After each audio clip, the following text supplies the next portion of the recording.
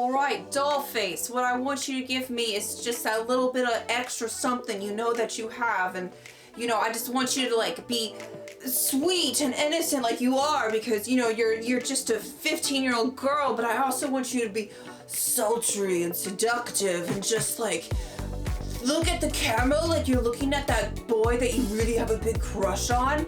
Yeah, okay, let's go, let's go, give it to me. Okay, can I have a little bit more, please? Can you just like move your arm just like a little bit like this way and like open up your diaphragm like this, just open it up so then that way we can, yeah, it's perfect, that's great, that's awesome. Yeah, let's like maybe arch your back just like a little bit. Yeah, like that's okay. Yeah, that we can make that work. Let me zoom in just a little bit, really quick. Just zoom in, just hold that. Yeah, that's good. That's good. I can make you a star, baby. Why are adults, and as a result the media, like obsessed with sexualizing children? Honestly, guys, it's been a standard practice in this country and this culture for more than a century. Like, what are we doing here? And why do we keep pretending that everything is normal and okay when it is not? Now, before we go any deeper, this video is going to contain references to a lot of traumatic things, including child abuse, sexual abuse, the R word, drug abuse, and everything else. So here's the thing. If this video is a little heavy for you, like, I'm so sorry. This is probably not the video for you. So with that, let us get into it. Part 1, Brooke Shields. For those of you who are as chronically online as I am, you've probably seen some discourse this summer around a certain jeans ad. My jeans are blue. And look, like, there are people who are far more qualified to speak on many of these issues than I am. You know, we're talking about like white supremacy, we're talking about eugenics, and just a lot of problematic shit that came with this ad. But there's one thing about that ad that we have been kind of not really talking about that needs to be brought into the conversation. You see, the ad was actually a reference to a series of advertisements that also shook the world with controversy, but we're so hyper-focused on the modern ad by Sydney Sweeney that we're erasing the history of what actually happened with the initial original inspirational ad. There was nothing in me that ever had the idea that it was sexual. Like, I mean, that's slightly naive. What I'm talking about is, of course, the 1980s Brooke Shields Calvin Klein jeans ads that were shot by Richard Avedon. No ambivalence on your part about using very young teenagers? So I'm a bad boy. What do you want? Now, in this series of 12 ads, 15-year-old Shields is being gratuitously panned by the camera, going over her body, her legs, her groin, and while saying sexually suggestive lines like, "You want to know what gets between me and my Calvins? Absolutely nothing." A child did not write that line. An adult did. An adult with a fully formed frontal lobe wrote that line, not a child. Try to provoke. I try to interest. I try to excite people. I don't deny that. Right to jail. That is the ad that Sydney Sweeney and American Eagle were referencing while they delivered us the mediocre white supremacy version. Okay, not even the fact that they're even just referencing it is just like problematic in and of itself, right? It's like just problems everywhere. No one like just bad everywhere. Just bad. Nothing about this was a good idea. Right? Okay, cool. Brooke Shields' story is so fucked up too. Like 3 years before these ads came out, Shields was 12 years old and was described in a magazine as a sultry mix of all-American virgin and whore by High Times magazine. Just for reference, this is me as a 12-year-old. This is what I looked like as a 12-year-old, right? Okay, now granted, I don't have the same genetic disposition as Brooke Shields, but this is the age in which that writer called a child a sultry mix of all-American virgin and whore. Okay. The fuck? The first line of the article describes Shields as, quote, the most perfect nymphette in all creation. A 12-year-old. A child. A Before the Calvin Klein's Jean ad, Brooke Shields was casted in not one, but two extremely questionable movies at this time that featured her young body in the nude with some very questionable and serious subject matter that, according to this New York magazine cover, her mother and manager, Terry Shields, thinks, quote, "it's swell." Terry also apparently had no issue signing consent forms for photographer Gary Gross to photograph a naked 10-year-old Shields in a bathtub covered in oil for a Playboy publications feature. And when they sued to try and like get those photographs taken away, it held up in court because she's a model. And yet, in both the 1978 article and in the articles after the 1980s ads, the person who was blamed for all of this was Brooke Shields herself, the child. And that's right, a 10 to 15-year-old child was blamed for all of these situations she was put in, and not her piece of shit mother or any of the actual adults in the room going, hey, maybe we shouldn't do this. Maybe this is kind of fucked up. Maybe this is ew. Maybe this should be illegal. Maybe this is gross. Maybe we should all like seek therapy for some of our problematic ideas. No. Instead, what we're doing is we're blaming a child victim instead. A child. It wasn't until 2021 when Shields spoke to Vogue in an interview, and later in 2023 when this two-part documentary series on Shields came out on Hulu, that she actually really opens up about the impacts of being sexualized as a child star and put in these positions. And in the documentary, she even notes that she blamed herself initially for when she was raped at the age of 22 because she had received so much blame and backlash for her previous experience that the only way her brain could process was that obviously it was her fault. Now, the thing is, like, I wish I could tell you all that Brooke Shields was unique in her experience, but unfortunately I can't. And I can't even say she was the first in her experience because she wasn't. She wasn't. Her story is actually eerily similar to that of the first supermodel, Evelyn Nesbit. Okay, so real quick, just quick break, just interrupting this really super duper fast to tell you all about the sponsor of this week's video. And frankly, I think with the subject matter that this video is about, the sponsor being BetterHelp, it's honestly serendipitous. This stuff is heavy. And unfortunately, I wish I could say that things like abuse and victim blaming and, you know, being treated as a sexual object as a child was rare. It's not. And so I think it's one of those things where having access to therapy is so important, and being able to talk to someone who can help guide you through like difficult times in your life, it's just a good thing to have. And I'm a big advocate for normalizing therapy, for talking about it openly. That's why I like to work with BetterHelp, because it's like, while it's not necessarily for everyone, BetterHelp is there for people who need to be able to talk to their therapist on the go, who need to have flexibility in their schedules, who may not have access to an in-person therapist, or who might be uncomfortable like going somewhere in person in their town and need it for privacy's sake. So here's how BetterHelp works. You take a quiz, like a little survey, and when you answer the questions, they will sort you out and assign you to a therapist within about 24 to 48 hours. From there, you can talk to the therapist like via text messaging, direct messages, you know, voice chat, video chat, like whatever works best for you and your schedule. And the other nice thing that you don't get when you do like in-person therapy is like,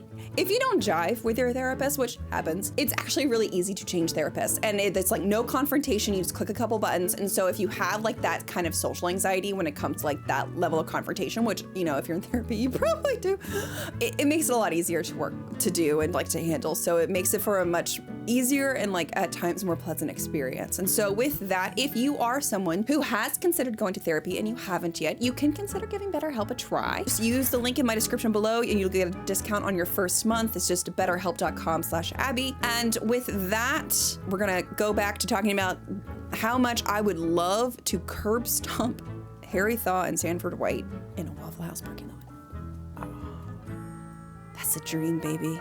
That's a dream. Part 2, Evelyn Nesbit. Evelyn Nesbit is one of the most notorious examples of erasing history and ignoring a disgustingly large amount of abuse and, frankly, victim blaming for the lulz. Whether it's a shitty BuzzFeed level article to TikToks made by historians, real or AI, the fact is that most content and media related and shared about Evelyn Nesbit today circles around her abusers. and not actually her abuse.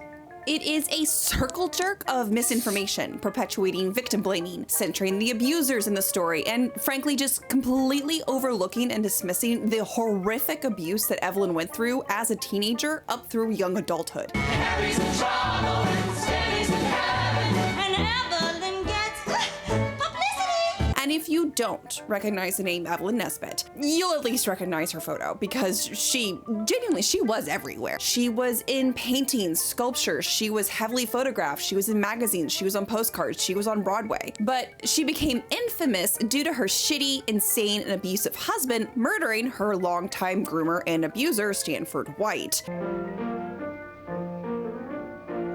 Movie makers have become more advanced, more ingenious. Sensational news events are now reenacted, filmed, and rushed to theaters. The crime of the century, the shooting of Stanford White by Harry K. Thaw, is a sellout in theaters across America.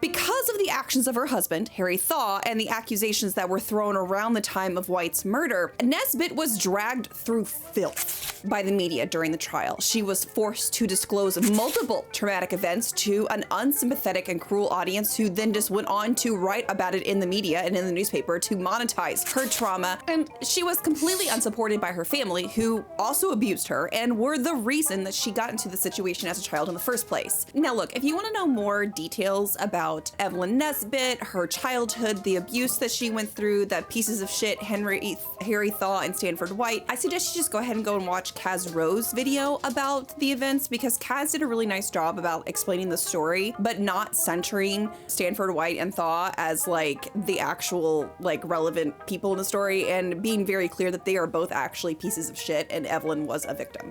If you want to know like the general history, go and watch Kaz's video. I'll also have a book recommendation down in the description below, American Eve. It like, woo, mind blowing. Like, and with that being said, like Harry Thaw and Stanford White were both terrible people. They were terrible men. And between you and me and the algorithm, low key, one of the reasons why I was not interested in watching The Gilded Age for a long time is because Stanford White is a character in the show. Even if he's just this really teeny weeny side character, I was like, I don't want to watch a show that centers him. Ew, I don't give a shit what he accomplished for New York's architecture. He was garbage, and we should not celebrate that man at all. Period. Now, with all that being said, let's do some simple math here to quickly realize just how absurd these accounts that vilify Evelyn Nesbit really are, right? Okay, so Evelyn Nesbit was born on December 25th, either 1884 or 1885. The general consensus is 1884. She married Harry Thaw on April 4th, 1905 at the age of 20, after Thaw had been pursuing stalking her for 4 years. 4 years. That's right. Evelyn was just barely 16 years old when a then 30-year-old Thaw began pursuing her. And when she was 20 to his 34, that's when they got married. Shooting is over Evelyn Nesbit. Public sympathy is at first for victim White, but during trial, sympathy shifts to Evelyn's protector, Harry Thaw. It is really important to note here, because we do not have time to get into the weeds on this, about why Evelyn married Thaw, but based on her own memoir, which you can read on archive.org and other biographical accounts, she didn't actually want to marry him, but because of the shame she had surrounding her by Stanford White, she didn't think herself really worthy of marrying anyone. And he harassed her to marry her so much, he basically locked her in an apartment in Europe with no way to get out or get help, that when she finally broke down after days and weeks of no sleep, harassment, crying, food, emotional torture, and abuse, when she finally confided in Thaw about why she didn't think she could marry him or why she didn't want to marry him, and she thought she was going to get his secrecy on this. No. He basically went and ran his mouth to everyone, telling them enough about her own trauma without her consent, while still isolating her in Europe, that she didn't have a choice. She didn't have a choice. He cornered her so much that she agreed to marry him. So I want to make this really clear, because people go, oh, well, she married him. She was coerced. All right? She's a victim of abuse, and she was abused and coerced into that decision. She did not have a choice. okay? Also, Thaw came from serious money, okay? We're talking about Gilded Age Pittsburgh money, all right? And this girl grew up poor and the main breadwinner of her family. The math is simple, right? It's no wonder why Evelyn agreed to marry such an absolute piece of shit. She didn't have a choice. And despite the fact that she testified to stand for White's abuse, who, by the way, was 31 years older than her, so old enough to be her father, and despite the fact that other nefarious events had happened historically involving young women going missing after spending time with Stanford White and his friends, like this article that he tried to keep out of the press, and despite the fact that Thaw was the one who actually shot White point blank at Madison Square Gardens in front of hundreds of people, Evelyn was the one who was ultimately blamed for White's death. Thaw was just reportedly jealous of the relationship his young wife had with White, and he, in a fit of emotional lovesick rage, murdered White for it. Thaw's insanity defense was so successful that even though he did get convicted to the crazy cuckoo house, Evelyn was still blamed for what happened to White in the media. I was the one at fault, not he. I was in love with him. It was all my fault. And even today, when people discuss what happens, they brush off Thaw's crimes and insanity and abuse as just like, oh my God, he was like so in love with his wife, or he was just so like upset, or something equally as egregious and stupid like that. He was a piece of shit, okay? Again, abuse, blame, equals feelings of responsibility. Evelyn blamed herself. And gee, would you be surprised to find out that Evelyn dealt with substance abuse after all of this? Shocking, I know. But Thaw was not the first person to abuse poor Evelyn. Stanford White wasn't the first person to abuse Evelyn. It was her mother, like Terry Shields, Brooke Shields' mother. Now, once Mama Nesbit realized how easy it was for Evelyn to get money as a model and how much money she was making as a model, Mama Nesbit then decides she's just going to manage Evelyn. And they moved to New York City, where she ended up posing for Charles Dana Gibson and becoming one of the Gibson girls. Emphasis on girls here, okay? That kind of changes how you look at some of those drawings, isn't it? That's a child, a baby. Not an adult, not a grown-ass woman, a child. She starts modeling for more photographers and more artists, and eventually she does get cast as a dancer in Florodora on Broadway, which was like a big deal at the time. Even though the casting director was like, I don't want a fucking baby in my cast. Now, with all of this and all the photography that floats around of Evelyn, because she was modeling adult clothing as just like a 15-year-old, and she was doing postcards for the Broadway shows, and she was doing artistic modeling based on the dates and the evidence we have. It is believed that the photographs that were taken by Rudolph Eckenmeyer Jr. were taken just a day or two before Stanford White drugged and raped Evelyn Nesbit. Stanford was also there during the Eckmeyer photo shoot, where she was posing barely dressed, nude under a kimono, asleep on a rug. And we literally have photographic evidence of this person's systemic grooming and abuse, and those photos are still being shared as inspo pics of Edwardian beauty on Pinterest. Oh my God. That's amazing. They're still in like the Smithsonian and Library of Congress. You can find them everywhere. Those photographs are not works of art. They are simply images of child abuse. And most photos of Evelyn are of when she is underage. And frankly, they're not appropriate to share. And that's why I'm not showing them in this video. And I don't encourage you all to go and look for them either. In fact, I think if you ever see photos of Evelyn Nesbit and she doesn't look like an old ass woman, caution, alert, that's a child. And frankly, she doesn't deserve this continued abuse by us in 2025, especially for likes and views. The point of all of this, right? That Evelyn was a child when she started to experience horrific trauma and abuse that coincides with that of child stardom. And it impacted her for the rest of her life, and also how she is perceived today. And I'm Miss Nesbit.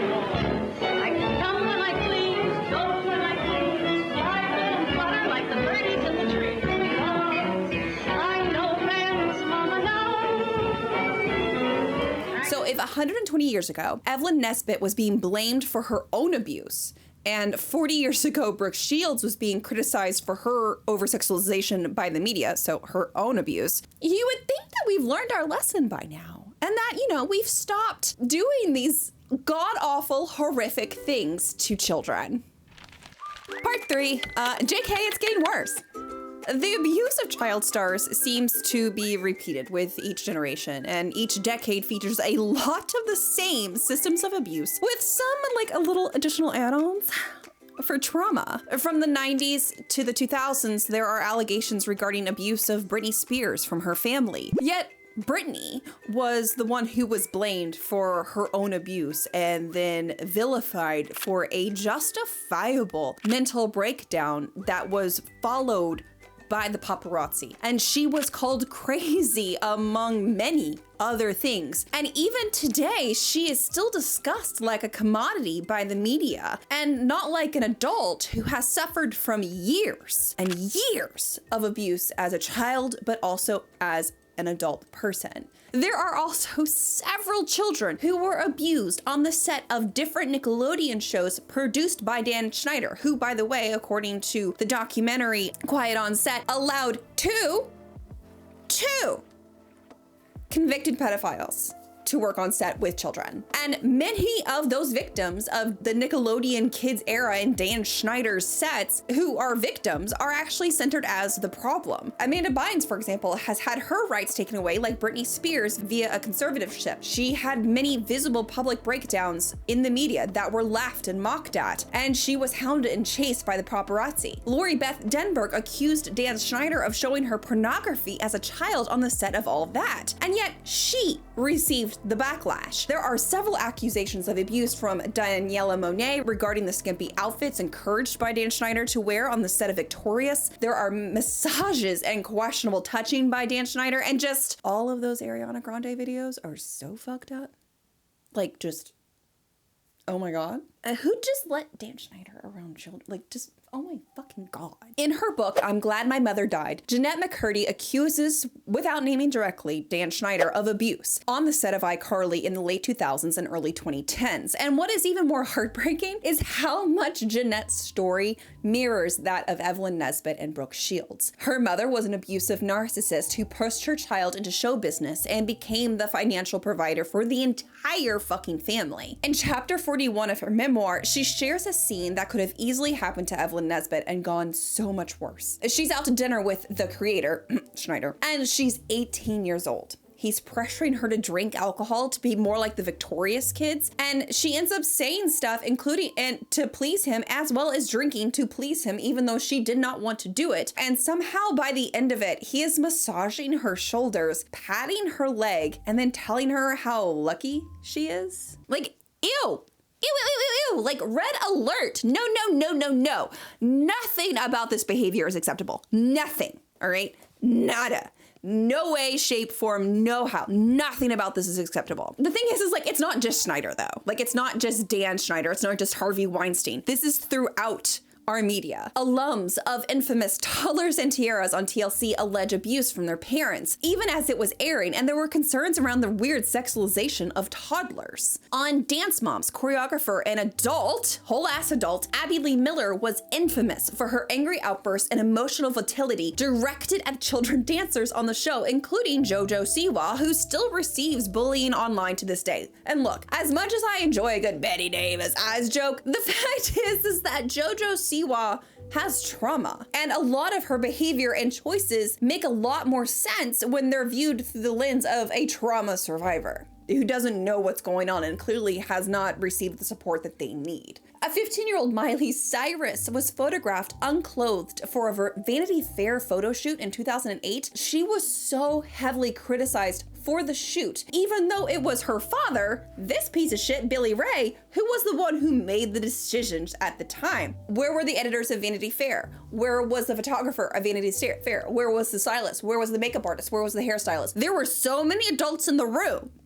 And everyone went, yes, let's put the 15-year-old butt naked on a Vanity Fair photo. Cool, sounds great. No problem at all. Miley was failed by her family and those around her who were supposed to be in her best interest and look out for her. Miley was not the bad guy here. Miley was the victim. But yet again, abuse plus blame equals feelings of responsibility. 15! She was a child! Again, just for reference, this is what I looked like as a 15-year-old. If you asked me shit like that, I would have been like, what are you talking about? Huh? Just waiting for the Spice Girls to get back together.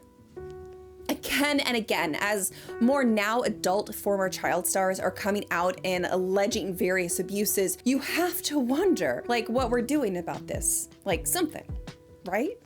Like, eventually, yeah, like Hollywood got around to make some child labor laws, like the Coogan Law, which requires 15% of a child star's earnings to be set aside for them in a trust that they can get access to after coming of age at 18, which was named after the child star Jackie Coogan, who sued his manager after discovering that all of his earnings as a child star had been spent by his late father. Wow, again, more parental abuse. Shocking. Crazy. Parents abusing their children for financial gain. Who would have thought in this whole video? But that law is actually only active in 5 states, and it only applies to SAG-AFTRA union work. So things that are not union and YouTube and content creation, they don't apply. And it's so fucked because people still feel like validated for hating on former child stars because, quote, they got money and fame. Maybe, maybe not. In return for what they went through, which is just frankly years of abuse. As if like money is enough to make trauma go away or worth it. And this cognitive dissonance makes it really easy for us to ignore the trauma that these kids go through and went through. And many, like Jeanette McCurdy, without their own consent. And they didn't want to do it, but it's not like they were really given a choice either. And now, not only did they survive years of abuse by those who were supposed to protect them, but now they're also being rejected by society for being a celebrity or famous or entitled or privileged or spoiled. Like, it's honestly not that surprising that so many child stars suffer from abuse and mental health issues. They are literally set up to fail by all of us. And frankly, it's the same thing with family vloggers. Like, child vloggers and family vloggers are finally starting to get cracked down on in like 1-2 states. And like they're having rules, legislated about how long the kids can work, how many videos the kids can be in, and like how much money is supposed to be set aside for the kids who are working on these YouTube videos. And the result is, instead of like families going, hey, you know what, this is actually a good thing, this is responsible, maybe we should be more conscientious. No, instead, they're moving to states without restrictions. So that way, the parents can continue to make money off their children's back and off of the exploitation of their children. And if you don't think they don't know who their followers are and what those followers are into, you are very naive. And I love that for you, but it's time to wake up, sugar. Like, they know exactly who they're peddling to. And it's none of the children. And like, stories are already coming out by adult former child vlog stars and YouTubers about the abuse that they suffered and survived. Sherry Frank's book, The House of My Mother, A Daughter's Quest for Freedom, is like telling the story of what it was like to be forced to participate in her mother's YouTube channel and all of the abuse that ensued after the fact. Like, if you all don't think that in like 25, 50 years from now that we're not gonna look back on this era of like child vloggers on YouTube and TikTok and be like, wow, that was like really fucked up, you are mistaken. It is, ooh. Hopefully we can fix it sooner rather than later, but it's already looking pretty bad, guys. It's been over 100 years and we are still seeing the same refrain over and over again when it comes to child stars and actors and performers. And this story of how powerful people, usually men, are abusing children, usually girls, and then those girls are the ones who get blamed for their own abuse in the public eye and media. And frankly, I'm fucking tired of it. I know that people have been very critical of you, whether it's about your music or the way you dress. This story fucking sucks, and I cannot believe that it has been repeated generation after generation, and basically nothing has really changed. And so with that, I leave you all with 2 final thoughts. 1, proceed with caution before we dogpile on a child star for fun, even if they're adult and we think they're rich. We don't know what horrors they survived. We don't.